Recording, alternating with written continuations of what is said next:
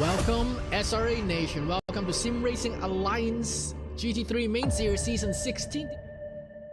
It's gonna be a wonderful race here tonight. We got some great action here.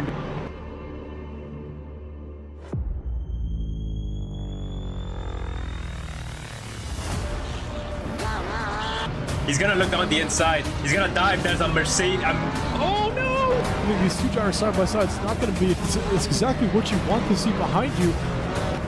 Spins his wheels, and that's going to be prime time attacking opportunity.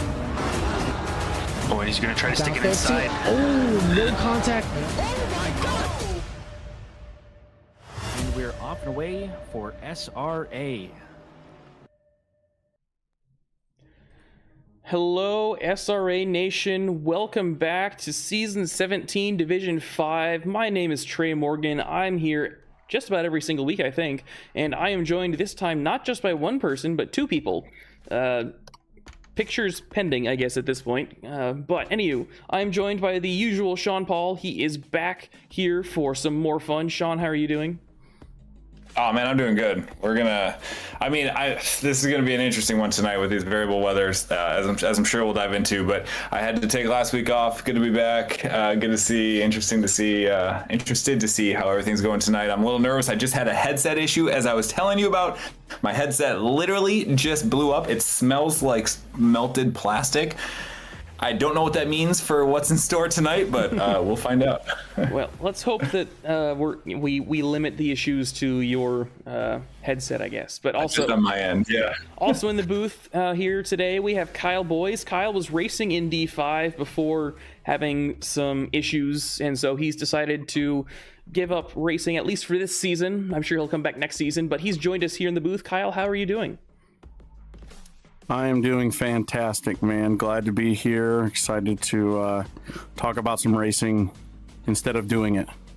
Yeah, watching racing is, at least in my mind, a little bit more fun than doing racing, just because you get to see all the chaos instead of just maybe like 5 laps of chaos during a race. But yeah. A lot less pressure. There's no incident tickets that you'll be a part of on either end. There are a lot of advantages to it for sure. Yeah, the only thing you can also good. You can also judge everybody else without judging yourself for once, you know. That's right. Yeah, we got the high seats looking down over. We're basically God, you know, in this case. We're not admins, so I wouldn't put it that far. But anywho, so tonight we are here at Snetterton. We are just about in the home stretch. We've got 3 more races to go. We are on to the British Isles for what should be a really fun track. Snetterton is similar to some of the other tracks we've been to, where it's a super narrow track. It's not like Imola, where there's a whole super changes in elevation. It's essentially just all flat, but it is really fun. It's super tight. Turn 1 here is not a very shallow, or it's not a very hard braking zone, but turn 2 is. It'll be really interesting to see how our drivers try and manage that overtaking zone, because there's only really 2 big places to overtake. The first one is turn 1/2, depending on how good of a run you get out of the final corner, and then the second overtaking zone is turn 8 into 9. But neither of those are what you would call traditional overtaking zones. There's short braking zones followed by hard braking zones, and it's not really like long straights before those hard braking zones. So it'll really be interesting to see how our drivers try and overtake. The end of Sector 1 into Sector 2 is the technical section. Turn 2 is, you get super slow. I think it's like 50 kph. At the apex of turn 2 for some cars. Turn 4 is very similar in that it's a very sharp hairpin that's very hard to do. And then turn 6 is another really sharp hairpin that's very hard to do. And then finally for Sector 3, turn 11 is very fun, just because you're not really braking for it at not braking for it. It's just you're carrying a lot of speed through the corner. So it's kind of similar to the start of Sector 2 for Paul Ricard in that mind, but it's going to be really fun. Turn 10 I expect to catch a lot of people out, as well as turn 8. Sean, I don't know how the practicing's been going for you, but are there any corners that you've been having particular issues with? Yeah, the practice has been going pretty darn well. Did really well in the practice race last night. For some reason, the stars aligned and all my tires came up to temp. The variable weather is the thing that I struggle with the most. As far as corners are concerned, like you were talking about 11, there's not many corners like it. You're cruising around that corner and then you have to brake and make that sharp left. And I find it's very easy for your back end to kind of want to swing around on you. So definitely something to keep an eye out for there as people are getting close. Otherwise, I mean, any corner like Snetterton is tight, quick, super high speed, and yeah, there's just it's a very British track. So it'll be a good one for our racers tonight. Hard to overtake, but lots of room for places for people to make mistakes on and people to capitalize. So we'll see. And Kyle, I know that you haven't had much chance to practice this track properly since you're not racing this week, but have you driven this track at all? Are there any places that you think drivers are going to have issues with?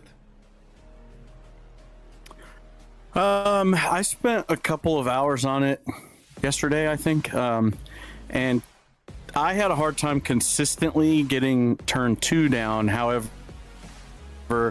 I would say the judgment on turn 11, if it's raining, or maybe it's turn 12, that hard left that one was rough.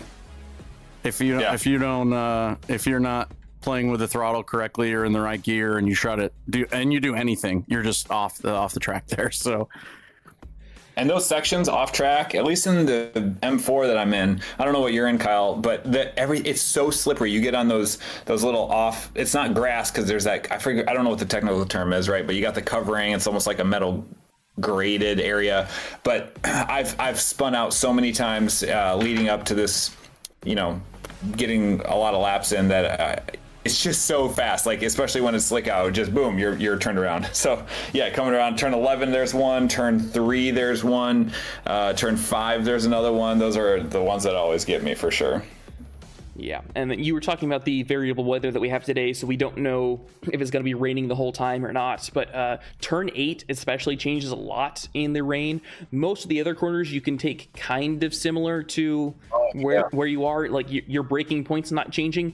Turn 8, you have to brake so much sooner for that left-hander because you're braking essentially all the way through turn 8, and you don't have the grip to do that when it's raining. So turn 8 is going to be a really big spot where I think our drivers are going to be caught off guard, especially if they haven't done as much practice in the wet or damp tracks. But we're going to go ahead and look at our driver standings here. So Joey Van Winkle has taken over P1 from Dick Zipperburn Sr. P3 is Alan Leung. Stefan Pellerin P4, Daniel Beckstead P5.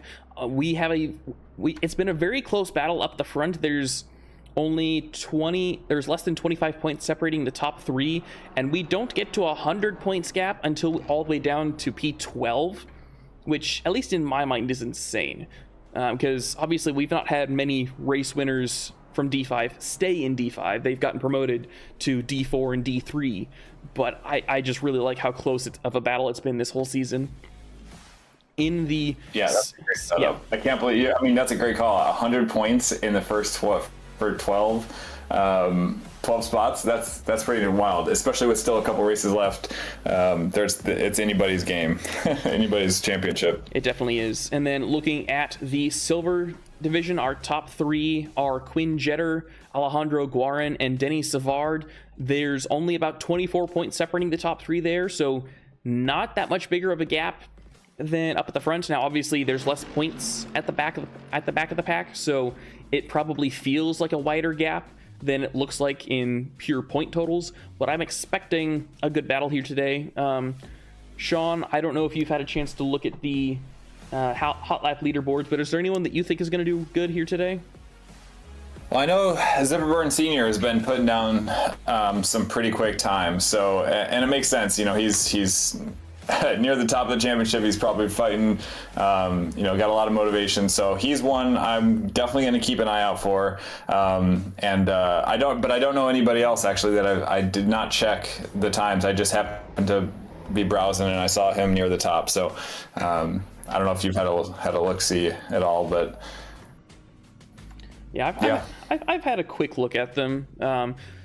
Danny Scarborough, they're down in P12, has been doing really good in the practice laps. If I remember correctly, he was near the top of the practice times last week, though, and he didn't have the best of races. Now, there was a lot of funny business that happened at the start of the last race with, I believe that was Danny Scarborough, but I could be wrong.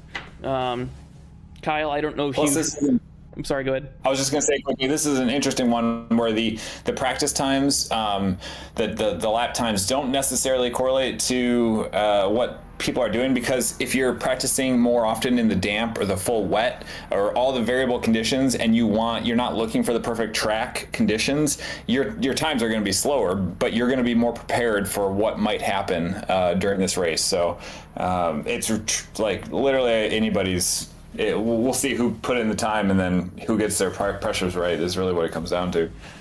Yeah, it'll be really interesting. We'll go ahead and give a quick look to our team standings. So P1 still is top of the bell curve with Brad Morath and Dick Zipperburn Sr. P2 is Shane Sullivan and Joey Van Winkle in 617 Racing, and then P3 is TC8 Racing Team 1 with Alejandro Guarin. We're really close here. The gap between P1 and P2 has dropped significantly because I don't remember if Brad Morath raced that well last race. I could be wrong. I know that one of the Ferraris was one of the Mustangs, was consistently having consistency issues last week. But so we do have a very close battle up at the front now between top of the bell curve and 617 Racing. But we are just now getting to the silver qualifying. So I will go ahead and pull that up now. All right, so I don't know who's first out on track. I think Bruce McLaren is toward the back. I think Lanu Gray here is up toward the front. Right. Yep. Gray's leading the charge. Yeah, so down in the pip there you have not quite an onboard view, but a view from the back wing. And then we have the main view just to see how they're going along. I believe they are on their first race laps, or first qualifying laps at this point. So you said that you're in the BMW, and you've said that multiple times. I might remember it one of these races finally. But yeah. How has your car been handling the changing conditions when you've been practicing in wet versus dry? It's been pretty solid, I would say. I've been happy with what it can. It's not a tricky vehicle, right? It's not a rear engine. It's not something that's going to step away on you at every turn. It's consistent, but you put in the time and you can definitely get a lot out of it. So I've been a quick shout out to my the guy I've been bothering, I would say, the most with setup questions. Guy Manperson? Guy Manperson. Guy has been awesome at helping me learn the M4, so he's had a lot of track time with it. So it'll be quick shout out to him for helping me out. Yeah, SRA as a whole does a very nice job, in my mind, of helping the drivers who may not be quite as fast get up to speed. So, we have a channel dedicated to some of our faster drivers giving you that extra time to try and learn, and they will point out your mistakes, not because they think you're terrible, but because they want to see you improve. And being fast, helping other drivers be fast is what we like doing here. Fast and safe. Exactly. Yeah. Also, I will apologize to anyone in the race stream. I appear to be having some kind of network issues, so I know that there is some stuttering. I'm trying to fix it. I don't know what's going wrong, but yeah. Yeah, shoot. Yeah, I see that now on the stream. It was flawless earlier, and then just not anymore. Having some troubles, but yeah. Yeah. Sometimes it's one of those nights, man. We must have pissed off the computer gods, because I am out of headset. Your internet's going crazy. Maybe Kyle's the one who should be running the show tonight, because you and I are we're a mess. Man, I got a totally smooth situation over here. I'm not gonna lie, but Well, don't jinx it. Don't Knock jinx on it. wood. I'm watching in VR on 3 monitors, and it's pretty sweet. That's good. At least we have one person with a good view in the house. I do have everybody's hot lap times pulled up too, by the way. All right. So Who's near the top? Give us a quick rundown. the top 5 is Scarborough, Pellerin, Zipperberg, Jetter, and Jeremy Rand, and they're all about a second apart. Okay. Like they're all within about a second or second and a half. So yeah, if they do that in their qualifying, we'll see. Yep, got it. We just watched Clement Laurier go off briefly in the pit. I'm not even going to go back. He was able to mostly recover and get going again. No major impacts there. That's good. But oh man, you go off track a little bit. Some of these, I don't know what it is, if it's the M4 or my setup, but the grass here feels very bumpy to me. As he has a bit of an issue and is on track, and unfortunately on you there. But the grass, you get on off track, man, and it's kind of, it takes you for a roller coaster ride. I feel like I'm on like an old wooden roller coaster sometimes. I don't understand why, but I've just determined to just stay on track, and it's not a problem. See how well that actually. I kept hearing that all week long, and I practiced in both the Porsche and the Ferrari, and both times, anytime I was off, like even far off in the grass, I was able to get up to like second gear before I got back on track. So I was like, I don't know what these guys are talking about. Crazy. Yeah, you must have had a good setup, or it's just handling it differently. I don't know. I have not noticed that at all up until practice races this weekend on other tracks. So, and maybe I'm consistently going off in a certain area. Like around that corner, turn 1, you go off a little on the left there, and it kicks you up like a Bronco. I feel like a bucking Bronco. But so far, we're seeing like great. I was just going to mention that. Yeah, 50.3. Currently running purples, and then I see a couple people in the 51s and 52s. Laurier and Savard are both 3/10 up on their time. Laurier is even gaining more speed. So we'll keep an eye out on how this translates for track time for him. There are not many silver. That's just what I was going to say, too. What do we got? 1, 2, 3, 4, 5, 6 people on track? That's crazy. Yeah, there's not been. Yeah, there weren't many times that. Yeah, there's a lot more drivers in gold that show up than silver. I think that's partially just to make sure, like, just due to the separation. There's gonna, especially in D5, there's gonna be the slow drivers gonna be a lot slower compared to what the benchmark might be. Yeah, makes sense. Jetter just crossed the line with a 50.7, so he's warming up a little bit. Still has, another 2 laps to go to try and beat Gray there? I think it'll be 1 lap, because we're getting about a 2-minute lap. I don't know. Yep. He can probably get around for a second lap, actually. We've got 2 minutes to go in silver qualifying. He did have the fastest time on the silvers in the practice laps at a 1:4.96. Okay, that would put him in silver pole. So we'll have to see if he can get there. Gray's time is about a half a second faster in qualifying than he was on the practice. Well, that's always nice when you find your personal best in the actual qualifying for the race. I did that on Zolder. And it feels so good, right? Yeah, I made up a second and a half faster in my qualifying lap than I did all my practice laps.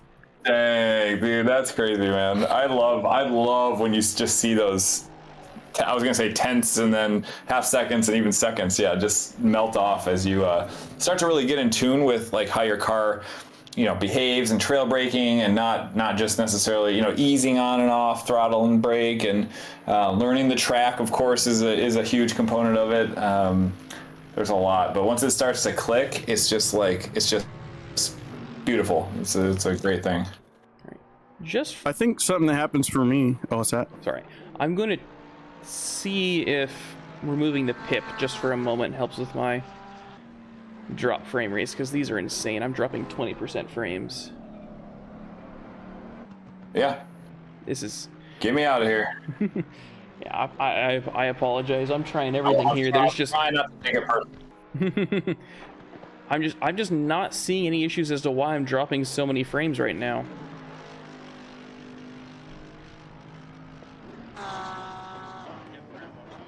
But yeah, so hopefully I can get this fixed for the actual race, but this is not looking good at the moment. Have you restarted your computer in a while? That's always yeah.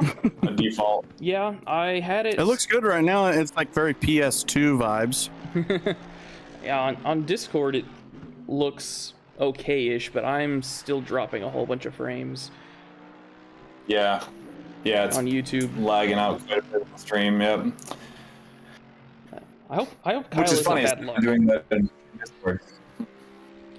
You think I'm bad luck?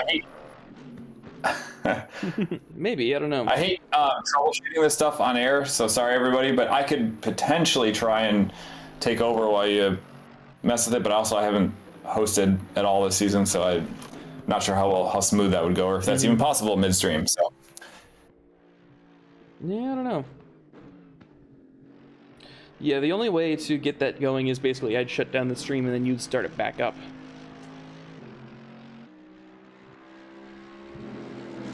But I don't know. Yeah, we'll see. We'll see how it goes. I seem to be back in the green now, but anyway, we are at the end of silver qualifying while we were talking about issues. Lenu Gray is our pole sitter for the moment. Quinn Jetter is our P2 sitter.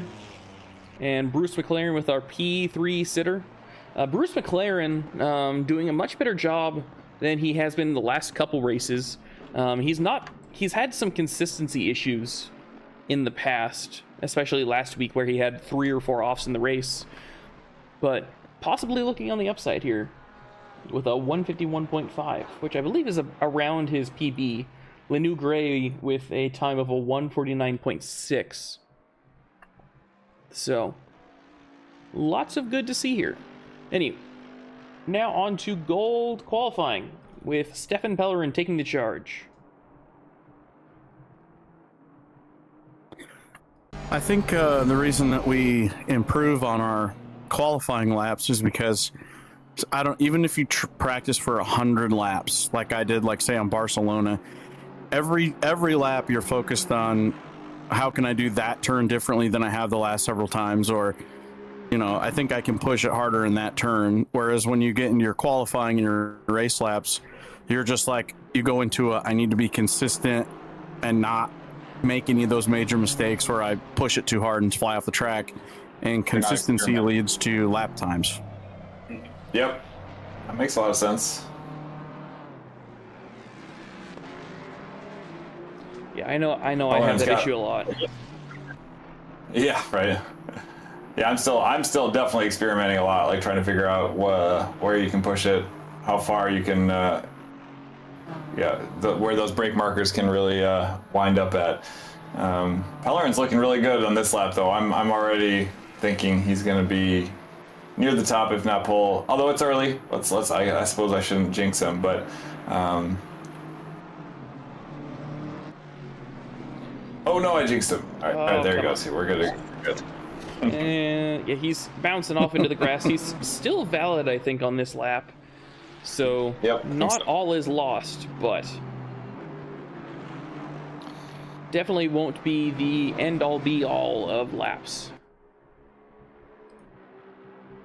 See what happened to Witwam. I think turn 1 got him. Yep, just went a little wide. And RTG'd. I'm gonna try pulling the pip back up and see if that works, if we're working again. I've shut off everything other than Discord, Steam, and ACC and OBS, so hopefully we're okay now. But I'm watching the pip and it, or not the pip, but the stream, and I'm still seeing it a bit, but... Well, we will hope against hope. Yeah, that's right. And Stefan Pellerin comes across the line with a 150.7. Very nice first lap. Joey Van Winkle with a 149.6. Zippeburn Sr. with a 150 flat. So our gold drivers are going about where they should be for their first laps. Now we are in a fast track state, not optimum. So I don't know if we'll get to optimum before the before the race or before qualifying ends, but if it does get to optimum, that will allow our drivers to go a lot faster. Thankfully no rain up to this point, but I'm half expecting the actual race to be completely drenched, as Sullivan had a moment here. I'm not sure what it was. I'll quickly re-show that. I think he just went deep into the corner and decided to RTG. So hopefully he'll get back out on track. Jeremy Rand currently 6 tenths up on his PB as he is about halfway through the track. 7 tenths. I know he's got some fans watching the stream.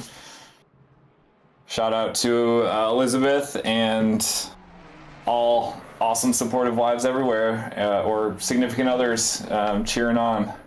Love to see it.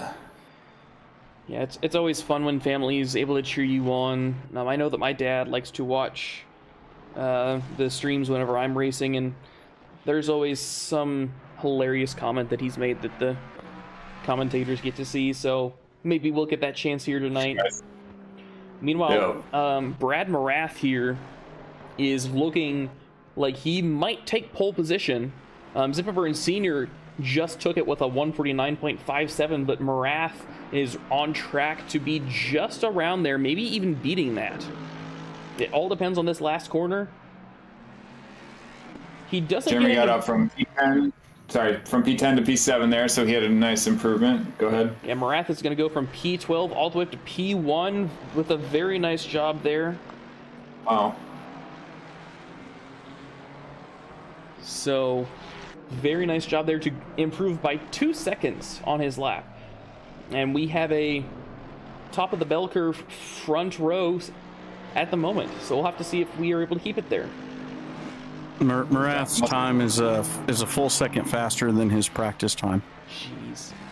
So I would assume he did not have much dry running then. Probably not. Or the stars aligned and he just starting out on the field. That's true. You never know. But if they wind up on the podium, always get a chance to ask them. Yep. Scarborough's up 4 tenths. He was up over 5. He's about 5 tenths up, which would put him, near P3 maybe. P4. We'll have to see how this track lines up for him. Somewhere around there. Ian Gilchrist is also improving by about 4 tenths of a second, which would put him up to provisional pole. But we'll have to see where all it goes. Scarborough, we're going on board through turn 8 and 9. Very nice job there to keep it stable. Not as fast as he's taken it previously, but he's still on pace to improve his lap. Speaking of Ian Gilchrist, he has taken provisional pole away from the two Mustangs with a 149.497, which is just under 2 hundredths faster than Brad Morath was. So we are very tight here up at the front. Pellerin's fastest time in practice was a 148.7. So he's got more he can find, I think. Nice. And yeah, these top 5 times are incredibly close. Although Marath's 0.2, did he just cross? Did we miss that? He just crossed the line, I think. So Wow. he just crossed the line to improve by about 0.3 up to a 149.227. Unfortunately, I'm showing a replay of him in the pits, so not quite what we'd want to see.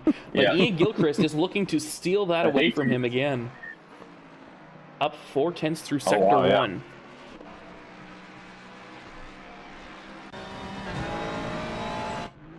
Wow, yeah, he's rocking this lap right now. Yeah, it'll be interesting. I'm going to pull away from him so that I don't make any issue or don't cause him any issues, but I will come back to him once he comes through the last couple of corners. He's looking like he could set an amazing lap right now. There's a few other drivers with improvements. Hopkins in the other Mustang is currently on pace for a pole lap, but not quite there yet, and I don't think he will be faster than Ian Gilchrist will be as long as he's able to hold it through the final corner. Which he does. He's going to lose about a tenth or two, but he's still going to improve massively. Stefan Pellerin took P2 away from him, but he's going to get shoved back down to P3's. Ian Gilchrist sets a 148.7. And continues to go another lap, man. Yeah, Jeremy Rand just crossed the line with a 149.56 to take P5. Was P4, now is P5 as Hopkins goes P2 with a 148.955. Nice time there, yeah. And that is his qualifying done. We are just now crossing the zeros, so anyone currently on a lap has to finish their lap.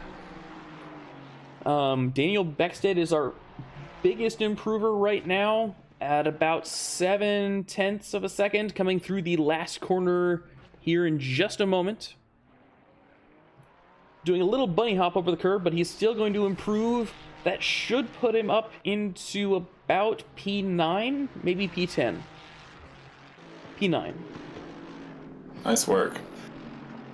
Yeah, it's a very nice job there. Jeremy Rand also slightly improving, but not by much. Most of the other drivers aren't improving at this point. As I think, unfortunately, that's going to be Jeremy Rand's lap done as he had an oversteer moment through whatever corner that was. Stefan Pellerin, though, improving by almost... He improved by 0.4 through the last couple of corners to get into the negative area. He won't improve by much because, unfortunately, he had a not too great last corner, but he's still going to be provisional P4. And then Zipperburn Sr. was so close to improving his time to overtake Jeremy Rand, but unfortunately he's going to lose out by just a little bit. But yeah, so that is our qualifying done. Ian Gilchrist with our P1, followed by Hopkins and Marath. So we have a lot of Mustangs here up the front, which might not be too surprising, I guess, given some of the curbs here. But we are going to get a word from our sponsors and then come back for our grid walk. A huge thank you to our SRA sponsors and title sponsors for supporting us here at SRA, as well as support from Documise, a modern business solution for product management. Go to documise.com to learn more today. And support from Retro Saga, a North American-based gaming company that provides accessories for your favourite classic systems, including Nintendo, Sega, PlayStation, and much more. Enhance your retro gaming experience today at retrosaga.ca. And a big thank you to our affiliates, Track Racer. Experience redefined gaming with Track Racer's high quality sim rigs and accessories. Use code SRATE at checkout to support us. Armamentario, a toolbox for ACC that will enhance your chance to win. Enjoy a fully customizable and enhanced HUD to change the way you experience ACC. AT3D Sim Shop. Upgrade your sim racing experience today with premium 3D printed accessories featuring precision crafted magnetic shifters, sleek cable management solutions, versatile stream deck mounts, and immersive dashboard displays. Their innovative designs enhance performance and style, elevate every lap with top-tier quality and craftsmanship at at3d.net.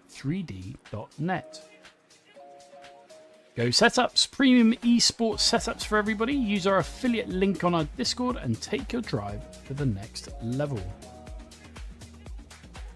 Castle and Cauldron, a home-based crafting business specializing in handmade Harry Potter, Fantastic Beasts and Fairy World collectibles.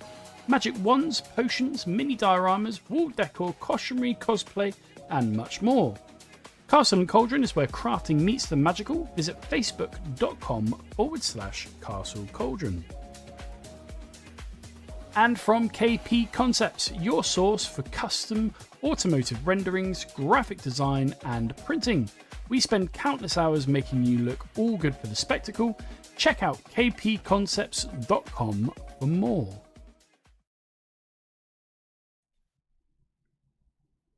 All right, welcome back to Snetterton. We got here back a little earlier than normal, so we get to view some of these drivers before they start moving away.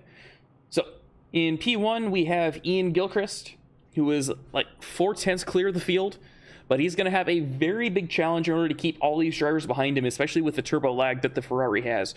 P2 is Bruce Hopkins. Sorry, Bruce Hopkins. There we go. P2. P3, we have Brad Morath. P4, we have Stefan Pellerin. P5, we have Jeremy Rand, who I know that we have at least a couple people in the chat cheering for Jeremy, so hopefully he does really good here today. Dick Zipperburn Sr., who put on a defensive masterclass last week. Hopefully he doesn't have to put on another one, but I expect that he can if he needs to. Joey Van Winkle, our P7 sitter. So our P1 and P2 in the Gold Championship are going to be starting not quite side by side, but really close to each other. P8 is Lanu Gray, our first silver sitter. Daniel Beckstead was P9, but unfortunately he's in the pit lane. I'm not sure why. I'm hoping it's either he forgot to hit drive or he's having issues. One of the two. Either way, really unfortunate. P10, we have Max Yang. P11, we have Danny Scarborough. P12, Shane Sullivan. P13, Quinn Jetter. P14 is Bruce McLaren. P15, Alan Leung. P16, Jason Yu. Also, to go back to Alan Leung, he's our P3 sitter, so he's going to have a really big issue trying to get back to the front. Denny Savard. I'm trying to show some of the Sorry. Things that you're flying through them as I'm flying around. All right. So, we'll go a little bit slower. So yeah, so that's Alan Leung and Jason Yu there. And then behind them we have Denny Savard. And then with a livery that's unfortunately not working. And then we have Jason Whitwam. And then last but not least, we have Clement Laurier. And this track is going to be really interesting. The good news for our D5 drivers is there's no rain, at least for the first 30 minutes. We're in optimum track conditions, so our drivers should be able to go full out. But Sean, is there anything that you expect to happen in this race today, whether chaos or otherwise? No, D5 has shown they can handle it, man. And I've been really impressed with them. Their racecraft, they're just clean racing. It's been great. Obviously there's been one-offs here and there, but I don't feel like it's been a huge issue. So no, I think this is going to go wonderfully for them. It's a clean race start. They don't have to deal with rain right now. So it's going to be a good one. It's going to come down to just patience, perseverance, knowing the track, knowing your car, potentially having setups down the road, but we'll see if we run across any variable weather in our future. Yeah. And Kyle, really quick, is there anyone here who you think might have a sneaky chance of winning, whether just because their car might be a little bit better around this track? If I'm going based off just the practice time and obviously the qualifying time, Gilchrist, but Van Winkle's proves to be very fast almost no matter where he qualifies. So that is very Hopkins, fair. Van Winkle, these guys they're probably gonna pull it out again. All right, so we are getting close to the start line. I don't know how far down this track we actually get to the start grid. I think it's going to be here in just a moment, right where the timing board is, but we are going to go in the overhead view in the main screen and an amazing straight down view in the pip. So should be really good. Brad Marath maybe a little bit out of line, but we are green to go. Brad Hopkins not getting a good jump. Stefan Pellerin looking on the outside, not trying anything on Brad Marath. Stefan Pellerin now under some pressure by Zipperburn Sr., who got past Jeremy Rand at the start, but now we're into the first hard braking zone. We are clean so far. If there's going to be any issues, it would happen here. Lanu Gray has lost some positions by being forced out wide, but looks to be going okay. A few drivers moving around on the start. Bruce McLaren seems to have lost a couple positions. Oh no! Contact. Oh, Bruce McLaren having to check up because Savard had a little bit of a moment, and then I believe that was Whitwam, unfortunately, also getting caught in that. There's a huge yellow flag moment here at the front. No! Oh, and there's a driver going backwards down the track. You gotta hold the brakes, man. You gotta hold the brakes. Unfortunately, I think we have kind of not quite jinxed them. I'm going to quickly try and show a replay here of what happened. So yeah, up at the front, Stefan Pellerin unfortunately hitting Brad, I forget if it's Bertram or Marath, and then Van Winkle here getting tagged again, and then trying to get out of the way, just unfortunately moving in front of, I believe that was Max Yang there. So really unfortunate there. There's another yellow flag still for Quinn Jetter. I would assume that is not related to this. He took a big hit. Just showed that. Yeah, that was a separate one. Him and Laurier, I think. Made some mistakes. Yeah, so really unfortunate for Van Winkle. He's fallen all the way down to P16 from, where did he start? Use statistics. Yeah, he's fallen 9 positions. Brad Marath has fallen 12 positions. Laurier, the big winner out of that, has gained 11 positions. Alan Leung has gained 9 positions. And then Zipperburn Sr. has gained 3 positions, but crucially, his main competitor for P1 in the gold standings is not quite out of this race because he definitely has a chance to get back up in the standings. It's just going to be really hard for him.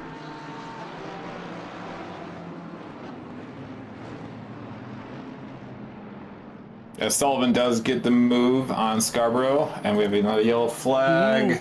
Pellerin may have just had a bit of an incident off track. I'll keep an eye on that. I think it was one of the issues with your aforementioned curbs. Yep.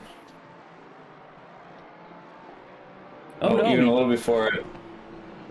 But wow, I mean, great recovery. Honestly, he got back on the racing line a lot quicker than I have had in the past. So props there. Hopefully, you can just calm the nerves a little bit and keep pushing.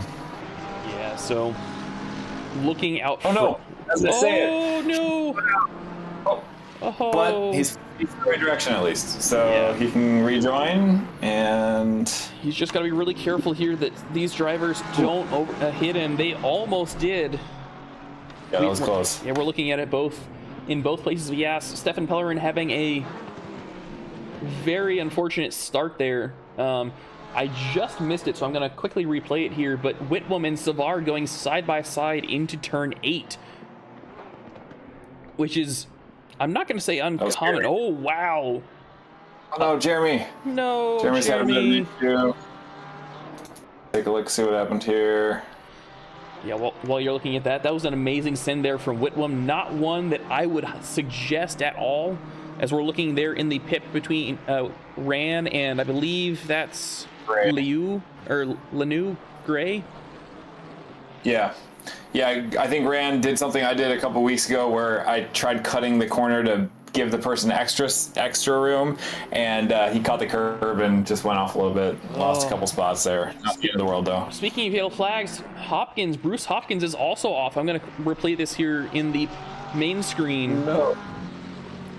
This is looking like turn 3, and it's the same thing, just going wide there. So Bruce Hopkins now down into P5, possibly going to be P4. No, so just P5 for the moment. Zipperburn Sr. climbing the ranks just due to mistakes ahead of him, though, so he's been very fortunate with that. Morath trying to start his climb back up with a pass on you here for P12. There's, oh no, hold the brakes. Oh yeah. All right, I'm gonna go back and watch from Yang's perspective, see what happened here. Yang almost got disqualified there. So the inside of this track is connected, or at least it's not blocked off from each other. And he almost went onto the track there, basically cutting a whole bunch of track. Yeah, Gray spun out in front of him, and he had to avoid that, and he ended up having to go backtrack a little. No, Savard. I'm replaying this here in the main screen. There's a whole bunch of yellow flags. There's a yellow flag for Zipperburn Sr. I don't know what happened. I'm gonna see if there was one. Oh yeah, that long sweeping curve. I can't remember the numbers. Went a little wide, and then cut back on track. Nobody the wiser. So that actually worked out, I think, pretty well for him. Yeah, I definitely would not have tried to save it that way, but he's kept it going straight, so no big worries there. But we have a massive gap out front now. Ian Gilchrist with 7-second gap to Zipperbrand Sr., who has a 6-second gap to Alan Leung behind. So Ian Gilchrist probably, oh, wow. That was a sin there for Savard. Unfortunately, I think he just braked late. Amazing job there by Lanu Gray to avoid that contact. Jeez. We've said that they've been good at racecraft, and they have been, but I think we cursed them. Definitely. Literally everybody I named. Yeah. Yeah, everybody I named got, except, Yeah. Get out. The curse is real here. Kyle's experiencing it full force. That's amazing. Yeah. I'm just going to quickly look again at our biggest movers because it keeps changing so much. Leung now up 11 positions up into P3. Whitwam and Laurier are both up 10 positions into P7 and P8. And a whole bunch of drivers who have already pitted. Van Winkle has pitted, allegedly? No, someone pitted. It says that someone pit, but I don't believe it. Beckstead just got by Van Winkle. Now he's chasing down you for P10. Yeah, Van Winkle having a no good, very bad race start at this point, unfortunately. Mm-hmm. As Beckstead tries to send it into the braking zone of turn 12 on you, not able to. That's going to open the door for Van Winkle to try and get a by on the inside, and I think he'll be able to. And he is. So Van Winkle gets the place back after a unsuccessful... Oh no! Oh no! Beckstead! Oh, oh darn it, we were all watching that. Yeah, Beckstead just getting onto the outside grass there. Unfortunately, he's thankfully stopped before he got into the main racing line.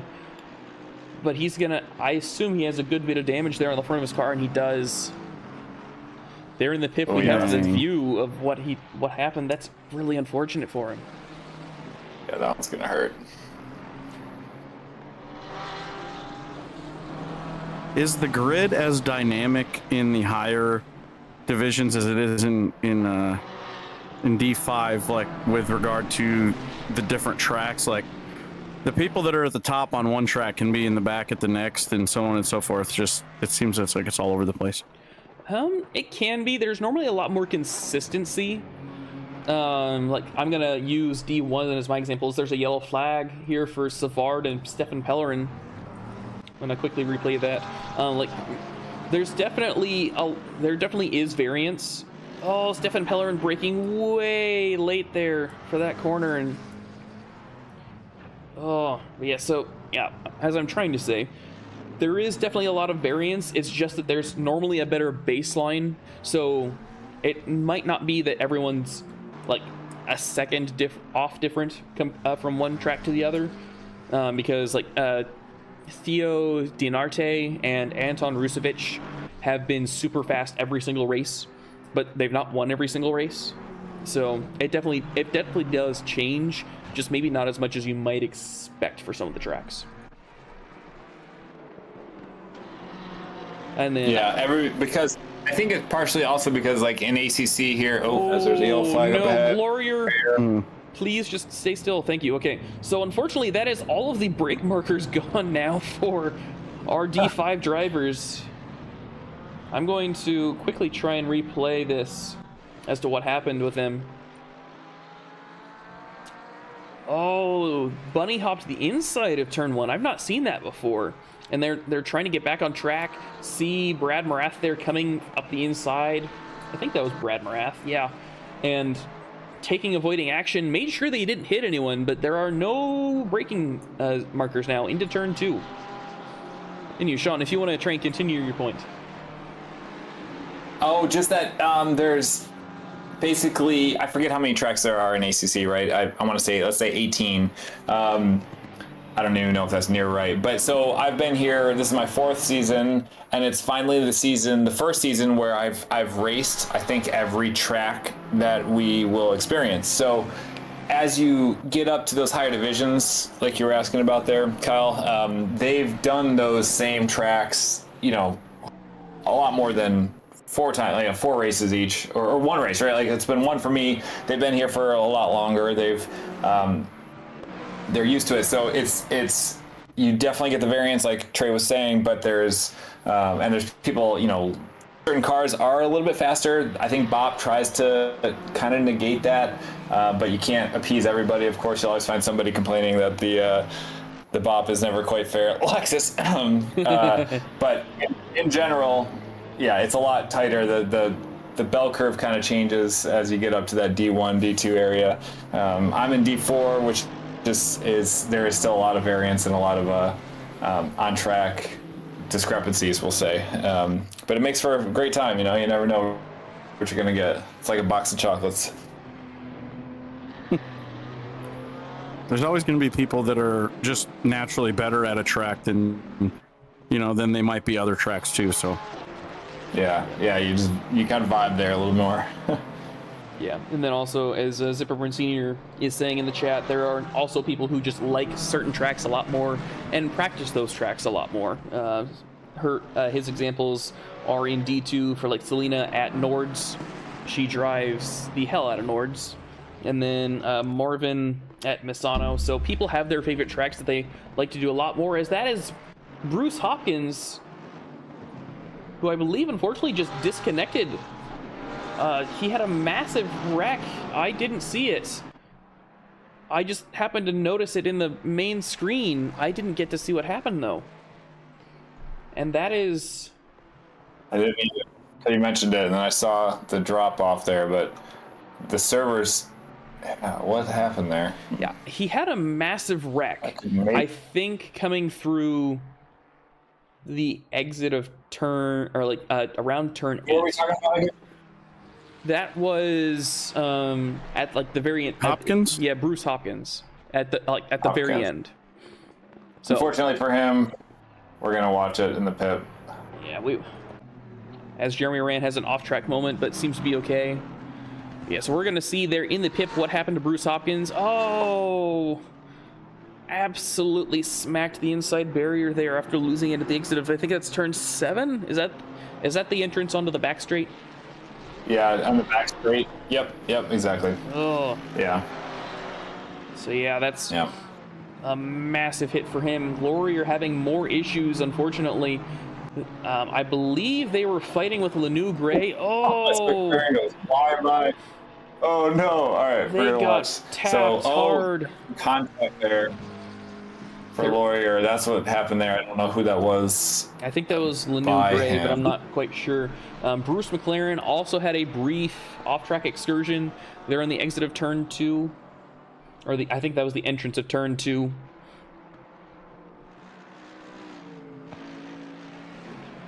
But yeah, so there's that. That was target fixation, but yep.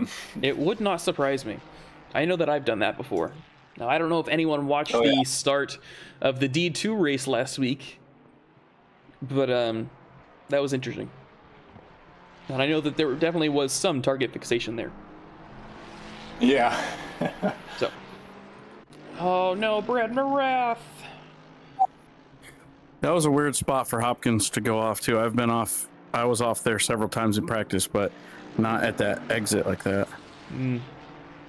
Yeah, so one of the main issues with Snetterton, not that it's a big issue, is that this is a track that most people, I think, don't know about. Like, before I raced here in ACC in season, what was that, 14, I think it was? So, three years ago, or 3 seasons ago, as there's an off-track excursion again for Lanu Gray. I didn't know Snetterton. I had never raced here. I'd never seen it. So I had no idea what the track layout was. As we see there in the pip, what happened to Lanu. Yeah, a bit of a app oversteer moment there for Gray. Yeah, so, but because Snetterton isn't as well known as a lot of the other tracks that we're racing at so far, it causes issues where drivers just really don't know what to expect when they're coming into a track. They don't have previous experience they can draw from. So you're going to have these more off-track excursions for those who don't have the experience. Yeah, there's definitely no public lobbies that are running Snetterton that you would ever drop into. Yeah, definitely not. Except for our quick shout out to our Sunday, well, all weekend night quick races that our one and only one-armed bandit Irish Pat Cockcroft puts on. It's kind of evolved from Sunday nights practice races into the race week, you know, the racetrack for the week ahead, into Friday and Saturday as well. So shout out there. Oh no, as we watch Ray go again, same thing. I have to assume that he has some rear end damage that's causing this, because he's losing the rear end consistently. And I know that D5 aren't the best drivers we have, that's D1, but they're not this bad. I wonder if he knows to just crank his traction control when that happens. Yeah, maybe. I know that some drivers on less expensive hardware don't have that set up to where they can change the TCs easily. Like, I know that when I was initially on the Logitech G920, before I fixed my control settings, I had to actually use the numpad on my keyboard. Oh, okay. Yeah. So I hopefully he's got a way to fix that, but yeah, that sucks. And honestly, it wouldn't shock me if some of our drivers just come into the pits to try and fix that a little bit. Yeah, you've got the option. Yeah, if your wheel has, you know, I think it makes sense to have that as an option. Oh, it's hard. Ooh, babe, off there. Wow, that was an intense corner. You have a couple options. So some wheels, you obviously have dedicated traction control and ABS wheels and knobs. That's pretty uncommon though for the entry level stuff. And then you could have a dedicated button for it. But also what ACC lets you do, and this is just a life pro tip to people who might not know this, you can set up a shift key. So let's say you don't have a ton of buttons and you don't want to have a dedicated TC and ABS one, but you can assign basically like an escape key modifier. So you press one button and then you press another while you're holding it down to change your ABS and TC and stuff. And that's actually how I have mine set up, because it's not. I know some people up in the upper divisions are changing their TC and ABS all the time, but I'm a lot more infrequent. So I've got a way to do it, but it's not something I'm just going to accidentally hit either. So something worth thinking about. As Laurier is on the tail end of there of Savard. Oh, as Yang has an incident. There's like 4 yellow flags all happening at once. Sullivan, Scarborough, Whitwam, and now Yang have all had yellow flag moments at certain portions of the track. Yang is in an interesting position. I'm talking nonsense. We gotta focus on the race. Tell me to. Yeah, I'm not sure what's wrong with Yang here. Unfortunately, I didn't get to. My replay didn't go back far enough, but he has had interesting things. Kyle, do you know what happened to him? He had that big off and that big swooping turn, and then he got on the gas too fast and went into a couple of spins out there. So deciding to try out donuts mid-race. I don't think that's the optimal solution there, but you know, I won't knock him for trying it. I've done it way too many times. Well, thanks a lot, Trey. Oh yeah, dude. Now I want some donuts. Especially in the middle of the you're all jacked up and your adrenaline's high, and you get back on. It's not like practice where you go, okay, I have to ease on. No! Board with Laurier tapping Savard there, I think. There's also a yellow flag moment for Jeremy Rand if you were able to. Oh, nope, never mind. I'm gonna watch the Laurier and Savard one. Yeah, so unfortunately, I think that may have been just Laurier drifting wide there, because I don't know if Savard could have gotten much wider on that track. There was also a yellow flag moment for Jeremy Rand. I'm going to quickly see if I can replay that here in the main screen. Oh, just hitting the inside barrier out of turn. I think that was 3. That's what it looks like. Yeah, turn 3. Yeah. He's able to be. Oh, that car looks a little beat up, but props on the rejoin turnaround there. Oh my! It can be really easy to spin out in the grass, and it looks like he was able to keep the throttle low enough that it wasn't an issue. Yeah, I think Jeremy Rand here is going to have to pit to repair some of that damage. You can see the front end of this car is absolutely trashed at this point. Is Laurier? I think Laurier was able to keep it out of the wall, but unfortunately they are off track again. No, he hit. Oh no. Not terrible. I don't think it was terrible, but all right. Let's take a quick look here as it's passing Rand as we're talking about it. So Pellerin and Van Winkle have made up a bunch more positions from all the losses they took earlier. Okay. Yeah, Van Winkle back up to his starting position. Van Winkle not quite, or Stefan Pellerin not quite up to his starting position, but he's back up to P10, so he's only lost a combined 6 spots. And as I was expecting, Jeremy ran into the pits. And worth calling out. I feel bad for both Jenner and Rand. Okay. There's been a lot of action on track, obviously, but calling out our race leader here, Gilchrist, is up almost 13 seconds in P1 with nothing but free air ahead of him right now. Zipperburn Sr., 13 seconds behind, with Leung, another 5 behind there. So just a quick update on how everybody else is looking at the front of the pack. Ooh. Laurier sending it up the inside there of Lanou Gray. Little bit of contact there. They're all going straight, so I don't think it's any issue. But that was quite a send. Now, there's not that many places to overtake here without mistakes, as Laurier gives the place right back, unfortunately, by going wide. So I don't exactly fault some of these drivers for sending it up the inside like they have been, but with how many mistakes we're seeing, I would almost say just stay patient, because as long as you're able to keep it clean, you know that the driver ahead is probably going to have an issue somewhere. You just have to be able to take advantage of it. Yeah, for sure. Consistency is king. Speaking of that consistency, Van Winkle trying to go up the inside of Whitlam, not able to get close enough there into turn 2, but he's going to be following him now again for at least another half lap. As Whitlam decides that baller didn't need to be there. Just gotta whip it out of the way.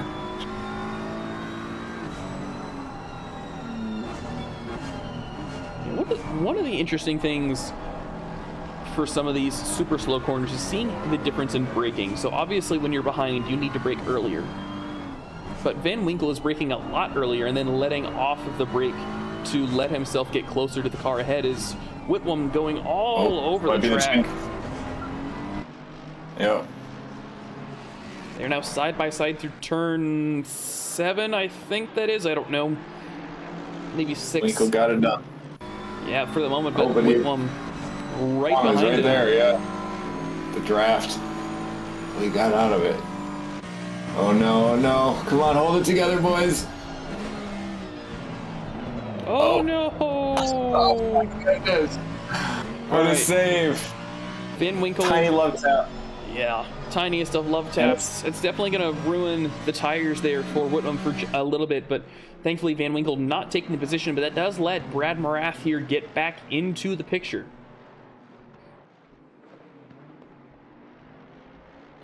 For a you're right. He's gonna. They've been fighting this whole time. He's just been quietly sneaking up, biding his time. Oh man, should be a good lap here. As he backs out a little. Yeah, then Whitwam going a little wide, but not gonna try anything. Ooh, no! That is a much bigger than a love tap, unfortunately. There. Okay, he's gonna hold. Is he gonna wait? He's gonna wait. All right, downgrade. Very good. All right, so Whitwam not losing a position. Well, sort of. He didn't lose sort a of. He's That's in the same right. position he was, just in a worse situation. Did Marath make contact with them too? I don't know. I'm gonna replay this here. I don't think so. I saw was it Van Winkle on Whitwam? Yeah. Yeah, he did. Yeah, so He did? Marath. He was in there? Yeah, so Marath hit the back of Van Winkle. I think after Van Winkle threw Whitwam an upper right hook, he expected him to just power away to try and get away from the penalty that he may or may not take.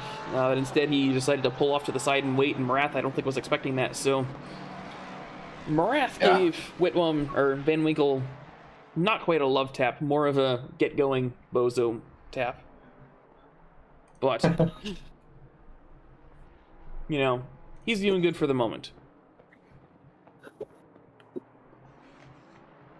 And as we were back on with the Van Winkle and Whitwam battle, they're one of the few battles, really the only battle under a second on track right now, which is why we're giving them so much airtime.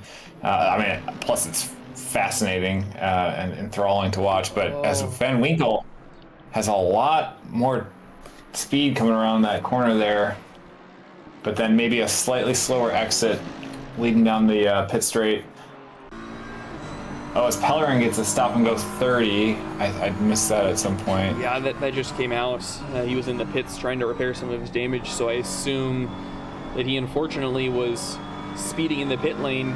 Van Winkle got an amazing run on Whitwam coming through turn 1, but he was too close to use it coming into turn 2. He had to lift off, so at least another half lap for Van Winkle. Leung is consistently losing time to zipper burn, so. Oh, that was a big wreck. That quickly go on board here with Laurier. Yeah. Laurier, unfortunately, is going to get a lot of issues. I don't know how much damage they had before this, but they have been losing the rear end very consistently. Oof. There's definitely a whole bunch of scrape marks there on the back of that car, and I think they may have disconnected, unfortunately, with a whole bunch of knocks on their car. They're really unfortunate, but sometimes at tracks that you really don't like to drive, you get one or two hits on your car and you're just like, nope, that's it, I'm done. Yep, there's my drop race. Well, as we know, some of us more than others, it's best to bail than stick around and make things worse. That's very true. It's good to know when to back out of the situation at hand. Yeah. If you're not in the right state of mind, if you're seeing red, or just in general, things are a little fuzzy. Yeah, sometimes it's best to just back out. Yeah, so you were talking. Everybody's. Go ahead. Oh, sorry. Go ahead. No, I was everybody's times are staying. You go ahead. No, I insist. Okay. Basically. No. Everybody's Really. times are staying pretty consistent. The gaps aren't changing all that much. Oh, the Van Winkle Whitwam battle right now. Oh, tiny bit of contact there, but he gets the move done this time, it looks like, into turn 2. Yeah, so he was able to use the run he was getting. I'm going to quickly replay it here from the helicam. So he backed off enough through turn 1 that he was able to use his advantage of corner exit speed, I believe, into turn 2. It's still happening, though. The battle continues. Yeah, Whitwam, they're up the inside of turn 6. I don't think he's going to get it. Well, I don't know. Let's see how this turns out. All right, he backs out there. Ooh, but then Winkle. Winkle wide, and Whitwam gets it. Oh, there goes another. That thing's scattered into a million pieces. Wow. Oh, no, went up Sullivan. like the 4th and wide. Sullivan up front. He's going to lose. He might lose P4 here to Scarborough. Yeah.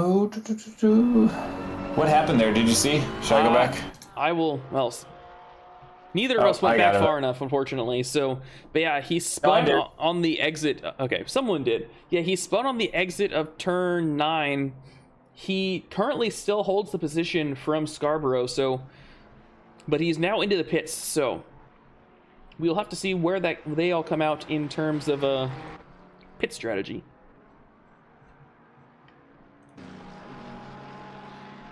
Yeah, our grid has been slowly shrinking here. I'm hoping that we at least stay above 15 people to finish the race, though. Yeah. It's not even raining yet. Yeah, right. Is it? What is the weather forecast? Are you able to We see? are full clear from what I can see. So, All right. That's boring. yeah. I'm sure. I think there's been enough. I think there's been enough carnage there, Kyle. Yeah, I'm sure the drivers I are don't very know if happy. there's they don't ever have to worry about it. I don't know. After what happened in D2 last week, I think I've had my fill of carnage for the season. Have you ever had to do a 1-hour stint on one set of tires? Oh, heavens no. Yeah, I can tell you it's not fun. That sounds terrible. You know, I was Are you referring to the Imola endurance? Yeah, I know. That was for the Team Series event. Lap 1, massive chaos. Like, basically 2/3 of the grid were involved in a wreck before turn 1, mind you, before the braking zone. Yep. I had so much damage that I pit after lap 1 and drove the whole race on that set of tires. Oh man, gnarly. Was that when you had the guys go 3 wide? Oh yeah. We were. Or was that in D3? I think that was in D3. D2 had an admin who shall not be named because I liked my job here as a commentator, cutting across the nose of a fellow racer, getting throwing himself into the wall, and then bouncing back out into the middle of traffic. Nice. Yeah, it was fun. There was at We least gotta go one watch car the other head. streams. Yeah, Yeah, they're fun. definitely worth watching. Did you so at the end of that, how do those tires feel? Like any key takeaways there? They felt mostly okay. I mean, the rear tires were definitely giving out by the end of it, but I didn't have any issues on. I didn't have any issues on turn in. I had all of my issues were on turn exit. Okay. Now that could be because of the car that I was using. The Nissan is apparently really good on tire wear. Now, the only thing it is good at is tire wear, acceleration, and top speed. So, I'm having to take a lot of these corners here slower than most other drivers. But that's like 3 of the 5. I mean, that like I can't imagine there's too many more, things to worry about in like when you're picking GT3 cars. Yeah, it's not quite as fast as the Lexus in a straight line, but I would say it's pretty similar, and it actually has. Gilchrist is finally pitting, and he in that last lap he made up another 3 seconds on Leung. So Jeez. I think this is going to mix the grid up pretty hard. Yeah, he was just walking away from everybody pretty much the whole race. So yeah, he's going to lose. So yeah, he's going to have some blue flag traffic, you think, to deal with? I don't think so. At least not more than normal blue flag. So he's about 40 seconds. He's going to lose about 40 seconds to the grid, and that'll put him around where Max Yang is. I'm going to go ahead and watch Max Yang just to see where Ian Gilchrist comes out in relation to that. So I don't think Ian Gilchrist is really going to lose that many positions. Worst case scenario, he forgets that he doesn't need to repair some damage that he might have from somewhere, and he loses like an additional second or 2, or maybe he misses his pit he's already box. Out. All right. Yeah. So, and Max Yang is into the pits anyway, so it does not matter. But yeah, so Ian Gilchrist is gonna stay in P1 of this race. As long as he keeps fastest lap, that's a grand slam. The only person who could have really taken away P1 for any amount of time really would have been Alan Leung, and he pit on the same lap as Ian Gilchrist. However, speaking of that pitting, Zipperburn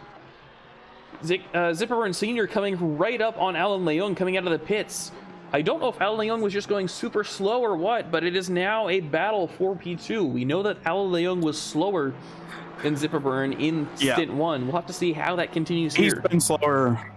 Yeah, he's been slower the whole time, basically. All right, so you heard it here first from Kyle. Alan Leung P3.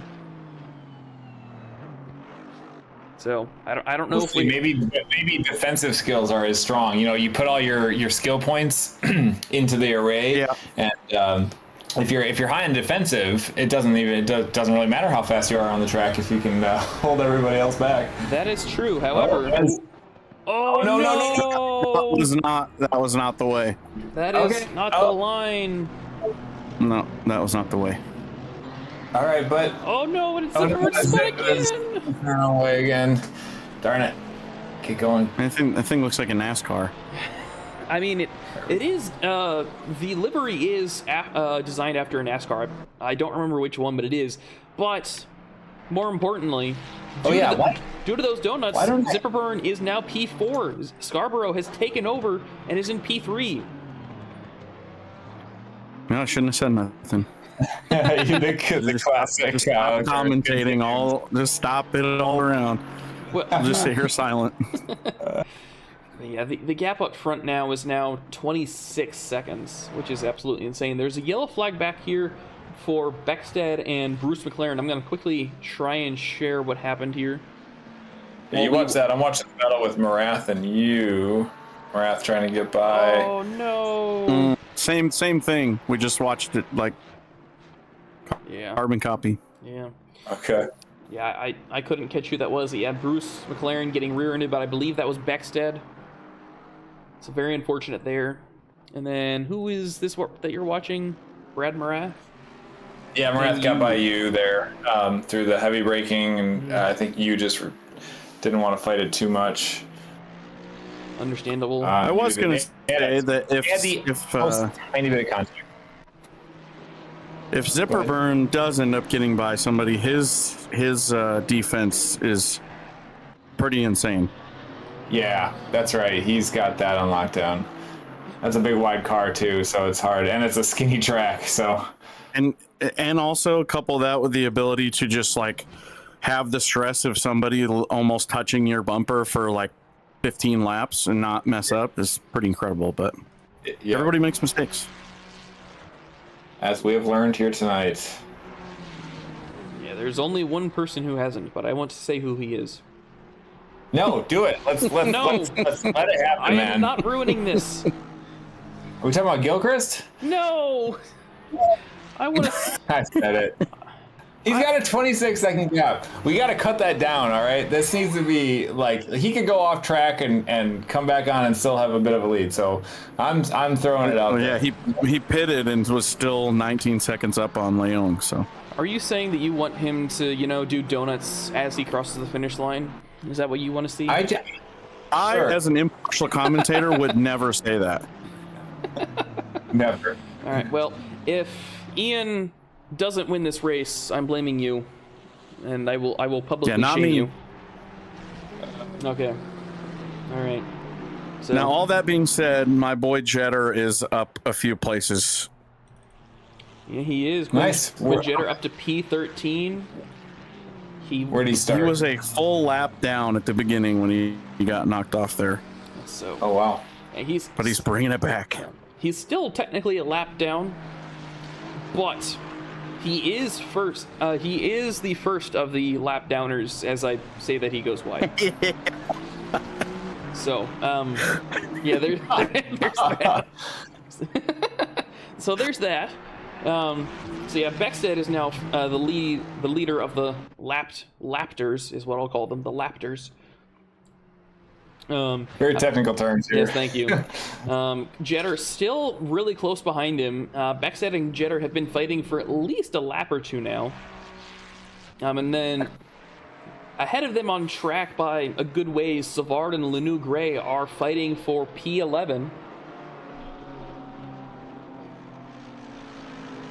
Savard taking turn one a little more gingerly. You can kind of see how much damage he has here on the front end of that car. I believe that's around 20 seconds of front end damage. So he's definitely feeling it at this point. And then our only other battle, and possibly our most important battle right now, is Zipperburn Sr. and Danny Scarborough. Now, I'm going Marath. Go ahead. Oh, sorry. No, I didn't realize that he was coming up on lap traffic. I thought that was Yang he was coming up on. Okay. Not nearly. All right, well, I need to quickly find the points reference, because I want to see the implications for where people are finishing right now. I have it pulled up. What do you want to know? So, I'm wanting to know how, what the gap will be between Van Winkle and Zipperburn Sr. after this race, if they finish as is. And Leung, because they're in opposite order. Third, fourth. Yeah, so, yeah, because it's like a 5-point gap, I think, from P4 to 5, but I could be wrong.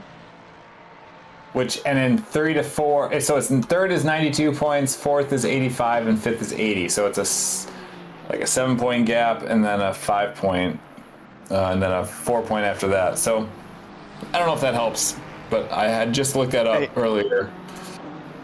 Go ahead. All right. Is Beckstead a blue flag for Marath, right? He is. He is, Beckstead. Let's see, where's Brad Marath? He's an 8th. Yep, Marath doesn't have any blue flags right now. He is fighting with Max Yang here.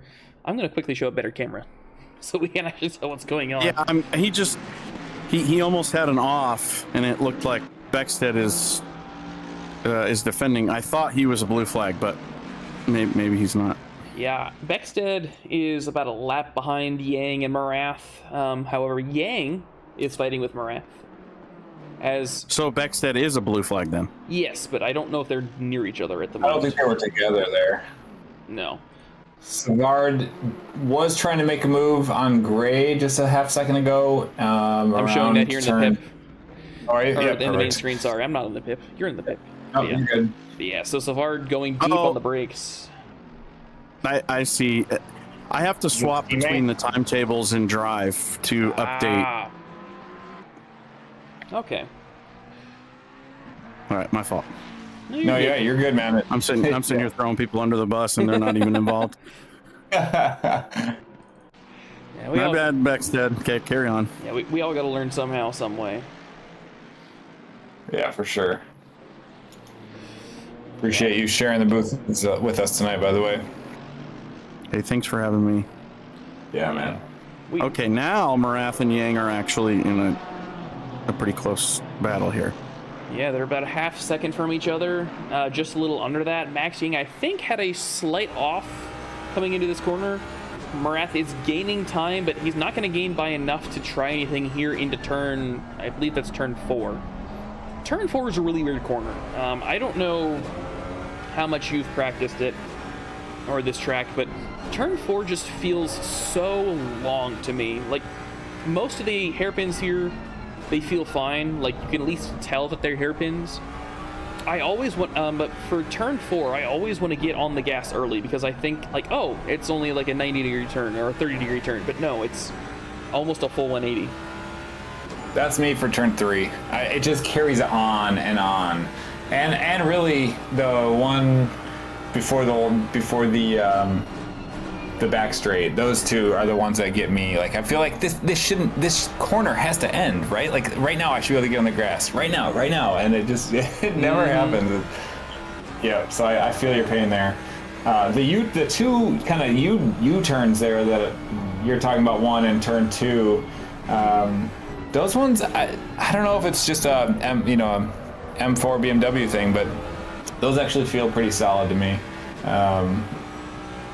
But yeah, you never know which ones are going to be. Marath took too much curb and lost some time there to Yang. Yeah, we were following the onboard there. He's lost about a second there to Yang. He should be able to pick up the time, that time, especially since we do now have a sort of train forming here behind Van Winkle. We have Whitlam, Yang, and Brad Marath all right behind him within about a second of the car in front. So if there is more chaos, that'll happen there. No. Oh no, not again! Yeah, I think we just had a bit of a Zip senior moment there with Scarborough. Yeah, replaying this in the main screen. Yeah. So Zipperburn Senior doing a good job there into turn 4, making sure that there's no issues there. Coming into turn 5, Scarborough doing fine. I'm not sure what happened here. So I think Zipperburn Senior maybe just braked late again. And this time he decided he did not want to risk the, or he did not want to the absolution of the lap or the penalty. He's going to take whatever it may be. I think, unless he's letting him by now. It is one of those interesting things. I'm not watching where he's at right now, but you do have to kind of weigh internally. So the fact of you waiting is both, it clears your conscience. It helps you, right, like you want to talk. Oh, nice. Okay, you want to talk to him afterwards. But when you get up to a certain point, the downgrade of that is a 10-second downgrade. So it's always something I'm not involved in many incidents, but it's always something you're like, how far ahead would you carry on if you did, continue on full send versus letting him by? So I don't know. I'd rather everybody just lets each other by and just let it, let the things progress naturally as they should there. But like you said, bit of a train here forming. Should be a good lap here. Wow, Whitlam and Yang just inches from each other, both in Mercedes. So no love lost between them. Knock on freaking wood. I just said I'm not involved in many incidents. I feel that. So I'm gonna blame that one on Kyle if I end up taking people out this week. Yeah, before last week. All Kyle's fault. Everything. Just everything, Kyle. He's transferring all his bad racing luck. My life. My head. Oh my gosh! I just realized I have to see if I can order a new headset to be delivered for tomorrow. Good luck. I don't know how else I would play without actually hearing everything. If you're able to connect your earbuds, it should be fine. Because I don't know if you're in VC during the race, but I am. I like to chat. Helps the time go by because I'm still of the mind that an hour is kind of a long race, but. I'll have to figure that out. All right. Well, good luck to you figuring that out. Thank you. Yes. In regards to the incidents, I made the mistake last week of posting that I had finally got back to 0 penalty points. I saw that. Yeah. I did not get any penalty points for any of the incidents I was in. But I was in incidents, so be very careful with that. Yeah, there was a plural there. Incidents I was in. So yeah. That's a squeeze. Yep. Yeah, Yang's it's interesting. there. I have Marath livery synced, but I don't have Zip Seniors. Was that somebody you said you had to do something special with, or does that just work for you? So inside Parc Ferme, which is our livery thing, there is, if you go inside collections, there's a sync button, but there's also a validate button. And I know that Jeremy Ran had to validate in order to get to at least maybe help Zipperburn Senior's livery to work. I don't know if it did work. Yeah, I've never done that before. Yeah. So cool. if you want, I can show you that later, or I can send you I'll figure it out. DM. Yeah. But yeah. And quick shout out again. I mean, that you basically said it's our in-house or it's our livery thing, but like that was built one more time. Just a quick shout out to Travis Tatro, who I believe is the main forerunner of this, building a livery sync application when our existing one, Awesome Sim Racing, was having some technical glitches in the off season, and building one custom in-house just for ACC to use. I'm sure he spent an incredible amount of hours on it. So I just wanted to give one more shout out there for him to throw that together for us. Cool. Yeah. Yeah, And it works, honestly, it works. I find it works faster. It's easier to navigate and sync. I had a ton of issues where I didn't always care about syncing D1, D2. You know, I wasn't commentating them. I wasn't racing against them. So why, I don't know. I'm like, why use up the hard drive space? But Awesome Sim kept syncing them anyway, or it would have issues because they weren't synced. So I was just like, fine, whatever, give them all to me. But this has worked flawlessly. So anyway, all right, there's my little spiel. Ooh, quick look. There's a yellow flag between Sullivan and you. I don't know what happened, but I'm gonna go back to watch this race up here at the front. As Whitwam unfortunately goes wide there, he's gonna lose the position to Brad Morath. Morath currently with the fastest lap overall. So Ian Gilchrist's Grand Slam is very much almost, I'm not going to say it's impossible now, but he's going to have to put in a mighty lap, because Morath did a 148 flat, which is insane. I know this is going back pretty far at this point, but y'all can yap pretty well. Did Zipperburn Sr. give that position back to Scarborough? Yes, he gave the position back to Scarborough and is currently about a second and a half behind him. Yeah. I went back and watched the replay, and he was holding the brake for a long time before that contact. So, the performance difference between the Mustang and the Ferrari are night and day in terms of brakes. It has gotten a slightly better on brakes since they added the restrictor plate, so they can have less weight overall, but it's still a whole thing.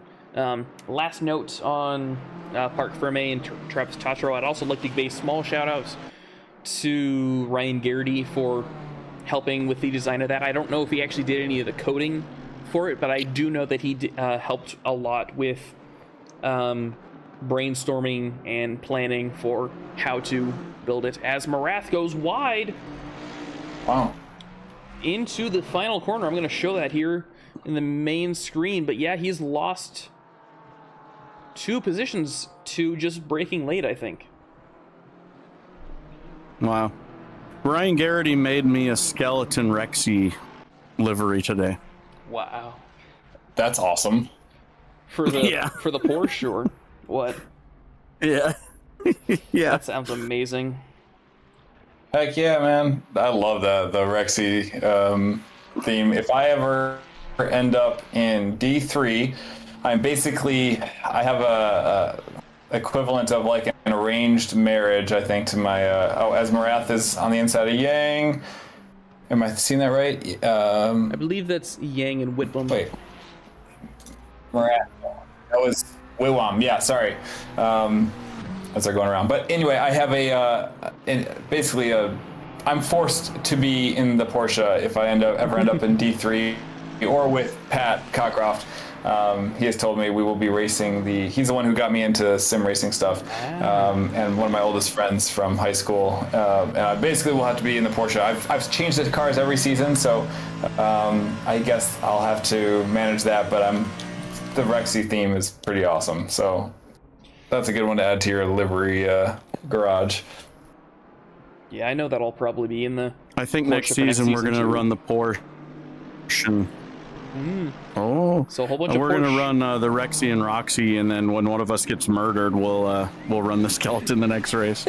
Oh, nice. That's awesome. Okay, I'm not familiar with the skeleton one, I guess. Oh my God. Is that a thing? Or? Mm-hmm. Okay, all right. I'll have to look that up. Brief yellow flag for Savard. We're not talking very much about the race this time. All right. Yeah, brief yellow flag for Savard. They went deep on, I believe it was turn 3, but I could be wrong. Actually, that's not true. We've been watching all the incidents for sure. That's true. We've been keeping busy on that front. Yeah, there have been a lot of incidents to watch, unfortunately, but yes, we still do have this train going. Van Winkle has pushed himself away from it, but still 3-car battle here for P6. It'll be interesting to see how it all shakes out, as we have 6 minutes left to go in this race. So any last minute predictions that we want to give? Other than anybody you want to take out? Is that the question? Anybody want to send? You got to advertise your Venmo account for people to put in some last minute curse requests. If this was D1, I would definitely be doing that, but not here. I think that Marath and Whitlam might change hands, but outside of that, I don't really see a whole lot more happening. Yeah, that makes sense. It's been super close in this field. Zipperburn Sr. is still within a second of Scarborough, but I kind of feel like he's going to be very timid in how he attacks at this point. Or at least I hope he would be. He can only lose positions at this point with penalties, and I don't think he wants to do that. So, yeah, I do agree. We've had some really good recovery drives. Yeah, speaking of those, let's go ahead and look at our biggest movers. So Alan Leung, all the way up here in P2, doing an amazing job there. Where did he start? They've gained 12 positions, so they started P14. Wow. Danny Scarborough, who I picked in fantasy for Adam Santana's Pick D's, up 7 positions from P10 all the way up to P3, so amazing job there. Whitlam here, who just got passed by Marath. Unfortunately, I looked away at the exact wrong time, apparently. But if they were watching the pip, they saw it. All right. Well, you can watch it in the pip again, maybe? Oh, it's Whitlam. Ooh. Oh, considers going side by side there, but bails out. Whew. Yeah. So, yeah. But, yeah, Whitlam currently up 9 positions. Currently up 9 positions from P17. As Marath goes wide. Oh, no! So that's now 10 positions as Marath loses 1. And then last... Well, they've swapped it twice, so I guess I was right. Yeah, well, they'll probably swap at least one more time in the next 3.5 minutes. And then last guy I will highlight is Daniel Beckstead has gone all the way from P19 in his forced pit lane start, or unforced pit lane start, I guess, all the way up to P12, so amazing job there. And he's pit twice, apparently. So, amazing job there. And he's still in P12? Yeah. Oh, yeah, he had an accident early. That is true. So maybe he just went in to repair the first time. I'm not entirely sure. Same with Jetter. Yeah, Jetter's had a... I think next time I'm gonna keep a notepad up and keep track of how many positions people lose and what they make back. It's probably... Yeah, because you don't see that in race control. Yeah, you'd have to start race control like 5 minutes into the race, I think, because it tracks position changed from when you open it up. As Marath, actually, I'm going to go on board with Marath as I... Oh, no! Battle right now. Yeah. That was so close to contact. Doing it had an interesting little, on the back straight, was swerving back and forth a little bit interesting. I'm not sure what that's about, but Marath has been on the tail here. So yeah, this is a good one. Yeah. I definitely think that they're going to swap positions at least one more time. I mean, speaking of that, Max Yang currently only half a second back from Van Winkle, so there is a possibility for these two to swap positions as well. I will let you watch the battle for P8 there or P7 in the pip, if you're all right with that, while I watch the battle for P5. Yep. Yeah, we've got 2 minutes left to go. So I think drivers have this lap plus 1 more.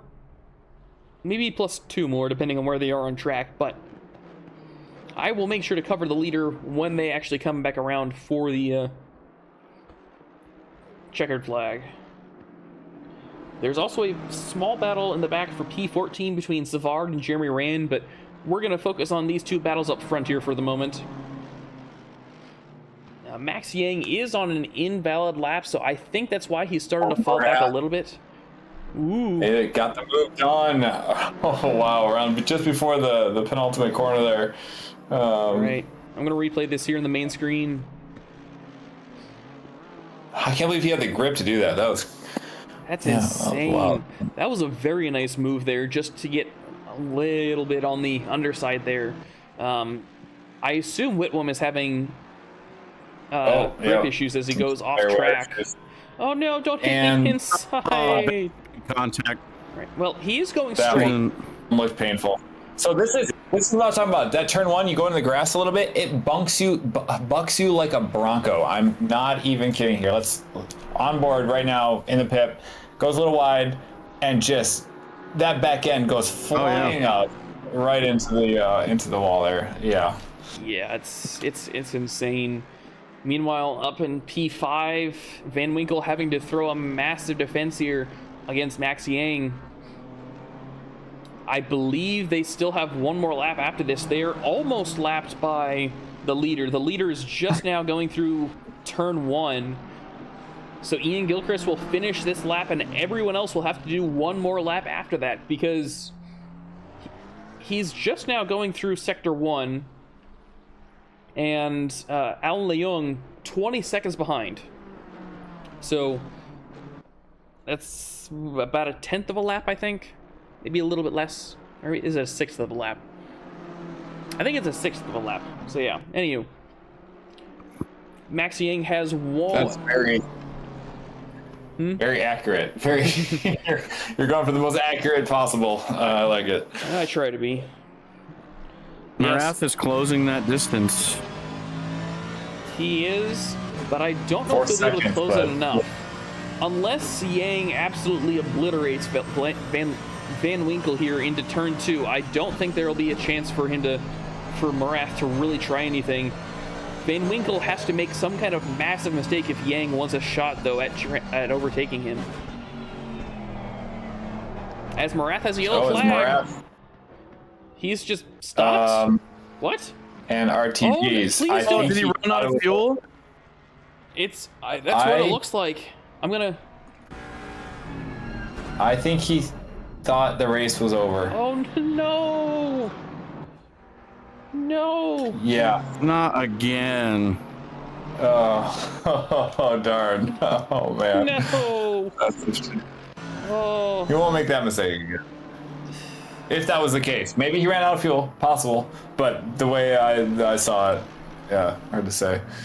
I'm gonna quickly try and... I mean, the car did stop fast. He was on the brakes. So I'm gonna quickly go on board here and see if I can see what happens. Oh, I was doing the same thing. Yeah, so he... Oh, because there was the fireworks. Oh.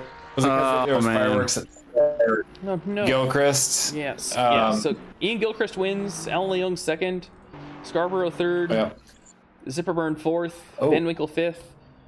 And I don't think Max Yang is going to have a chance to overtake it, but we will try. Meanwhile, Marath, I think, is going to finish P13. I'm not quite sure. We'll have to see where he finishes. But that sucks for him. That really Sullivan does. had a bit of a yellow flag incident by himself on the last lap. I don't think he definitely made contact with the barrier, but I don't think he's lost any positions. You can see the damage. Yeah. And I think he's going to be able to hold on to it. So that will work out as good as it could work out in that situation. Yeah. Whitwam, I think, also had a massive wreck at some point in the last lap, because his front end is not looking great. Sullivan, as we said, is going to come across in P8. There's a maybe minor battle forming between you and Gray that would be great to watch if we had more laps to watch, but unfortunately we don't. However, you might actually lose this position. No, okay, he's back on throttle. Jason, you able to come across in P whatever. So many people have left that I can't actually tell who's where. So unfortunately, we're gonna have to wait a little bit to Oh no, there we go. So yeah, so Brad Marath will finish P11. So definitely better than it could have been, but a lot worse than it should have been. But yeah, Ian Gilchrist did an amazing job there to not quite a grand slam, because Brad Marath took his fastest lap, but it's close enough. Yeah, so if I can change this to intermission. There we go. Unfortunately, still broken. But yeah, so Sean, before you have to leave, do you have any final thoughts or comments on the race? I mean, there's so much to unpack. Obviously, I think I jinxed him originally in the beginning there, saying how clean V5 has been. So my bad, guys. I hope everybody's able to maintain a calm and level head. Remember, it's just a game/simulator. Hopefully the race debrief goes okay. There was a lot of contact and incidents, but there was a lot of good racing as well. So congrats to our race winners. I believe Gilchrist, Leong, and Scarborough, if I'm not mistaken, we said. And our silver was you, I believe. Just looking at the results there. So yeah, congrats everybody. And thanks again for joining, Kyle and Trey for hosting. I'm gonna drop and try and get to bed before my 3-month-old wakes me up at 5 a.m. So I will see you guys later and have a great night. All right. Have a good night and sleep fast. Have a good one. Later. Thanks. All right. So that was Sean Paul, unfortunately having to leave us early, but we are going to get to the interviews here in just a moment. I want to try and get our drivers, give at least a little bit of time to get into the thing. However, I do see our P3 finisher, so I'm going to go ahead and pull up Danny Scarborough.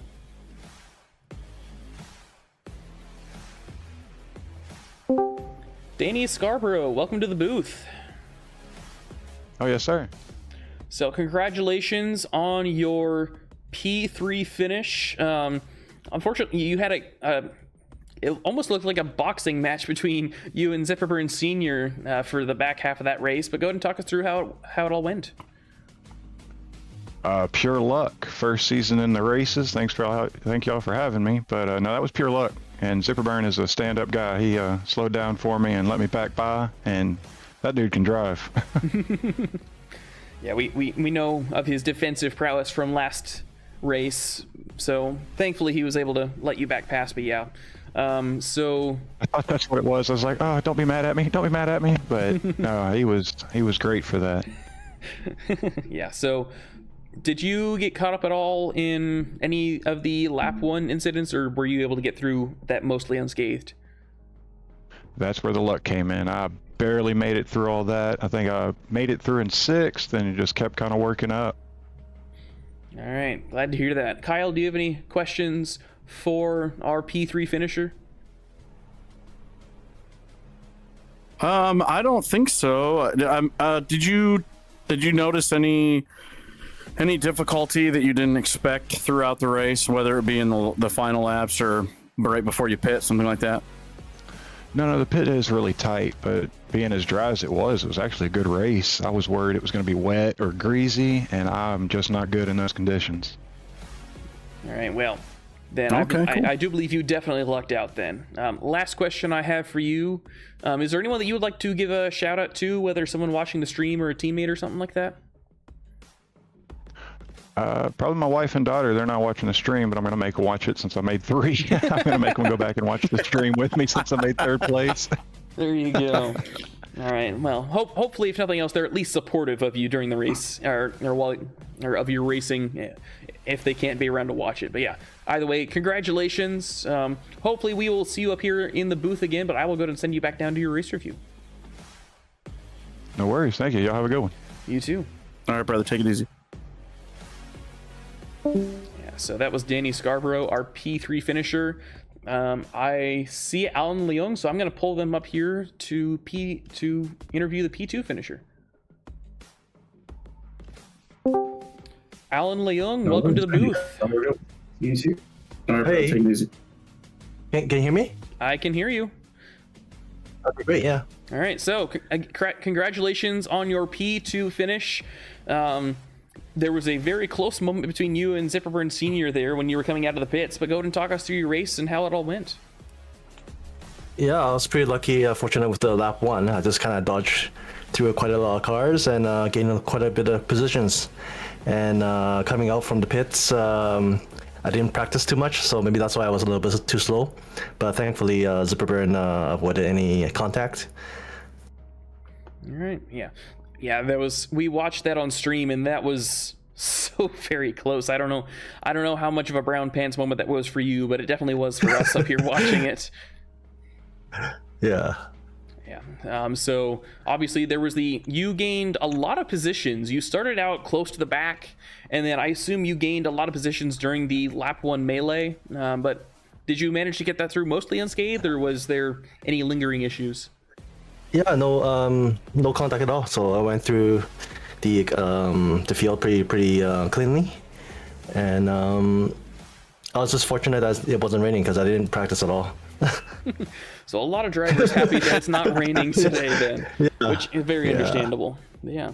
Kyle, do you have any questions for Alan? I don't think so. I think he pretty much answered anything. All right. Well, then I will Okay, give great. you... Yeah, thanks for the broadcast, guys. Yeah, no problem. One last question for you before I send you back down. Is there anyone that you would like to give a shout out to, like a teammate or family member who might be watching? Yeah, I'll shout out to my ex-teammate who's in D4 now, Peter Jacob. So, all right, that's good enough. wish he was still here, but yeah, he's in a better place now. Yeah. Do you have to take him out back behind the shed or something, or? No, just got promoted. All right. Well, Okay. hopefully, Thanks, guys. Yeah. Thank you for joining us in the booth. Thank you for the amazing race that we got to watch. Hopefully, we will see you up here again. But for now, I will send you back down to your race review. Okay, great. See you. Bye-bye. Bye. All right. And then lastly, I see Ian Gilchrist, but he's currently muted. I'm going to pull him up, and we'll see if he can, if he's willing to talk to us. Ian Gilchrist, welcome to the booth. Can you hear us?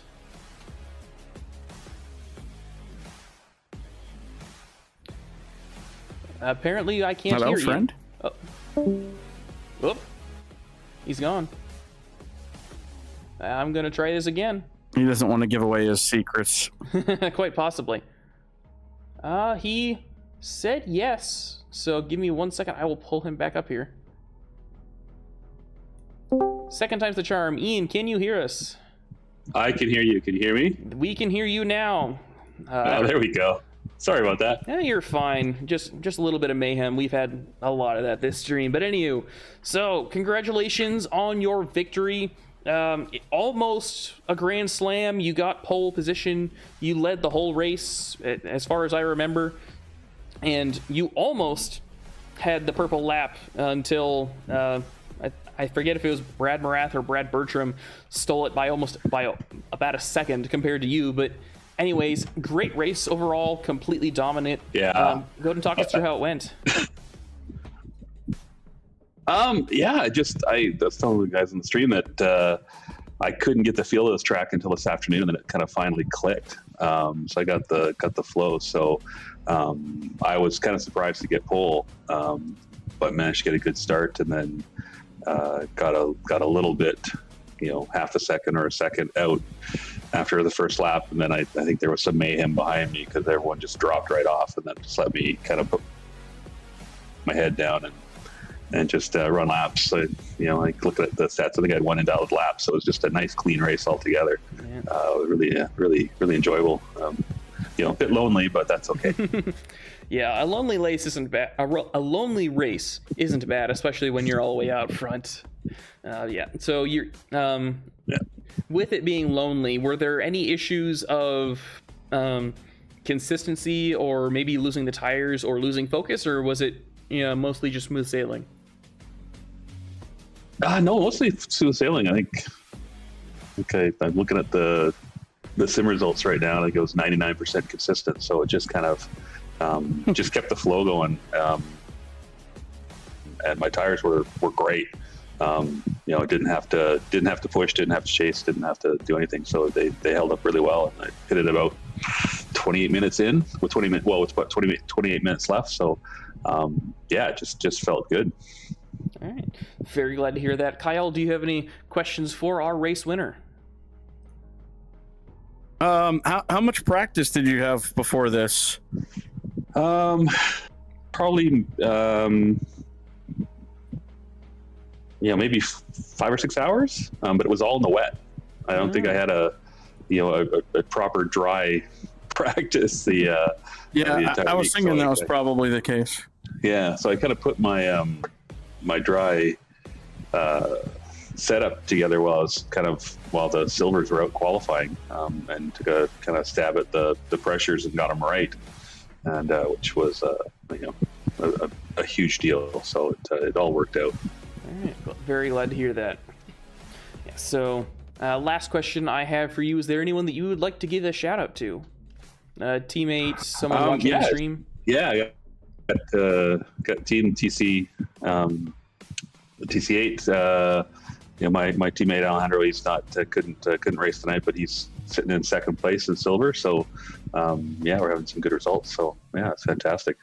Good team. Hey, always glad to hear when teammates have fun together. But yeah, hopefully he's comebacks next week to support your push for the team championship. Hopefully. Exactly. Yeah. Congratulations on your almost Grand Slam again. It was very fun to watch at you drive away basically from everyone. But I will go ahead and send you back down to your race review, and hopefully we will see you up again here in the booth next week. Perfect. Thanks, guys. Appreciate the work you guys do doing the commentary. Yeah, we have fun with this. Yeah, thank you. Yeah, man, you have a good one. Thanks.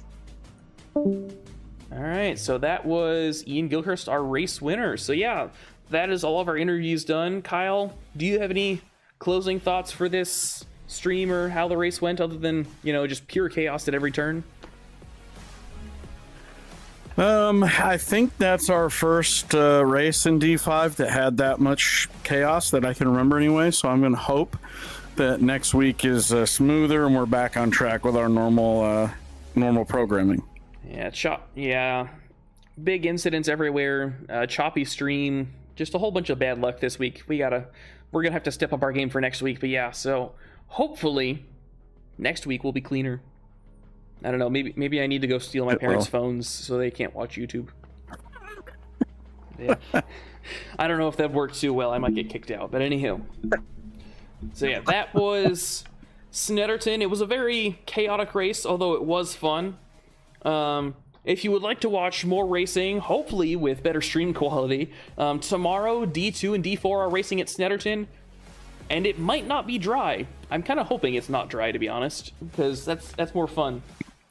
Although I like a dry track, but for a viewing standpoint, it's always more fun when it's wet. Anyway, yeah. Also, make sure to come back next week to watch us race at Kyalami. That'll be a super fun track. That is realistic weather again, so it might be raining, it might not be raining, but you could actually kind of predict whether or not it's raining. So, it'll be fun. I don't know if you've raced at Kyalami, Kyle, but I have, and it's so much fun. I haven't, but I will be practicing, so I will know the track. All right, yeah. So, anyway, it'll be a lot of fun. Make sure to join us next week or watch more racing tomorrow. But my name is Trey Morgan. I've been joined by Sean Paul and Kyle Boys as our commentator in training, and hopefully we will see you all again here next week. Have a good night. Bye.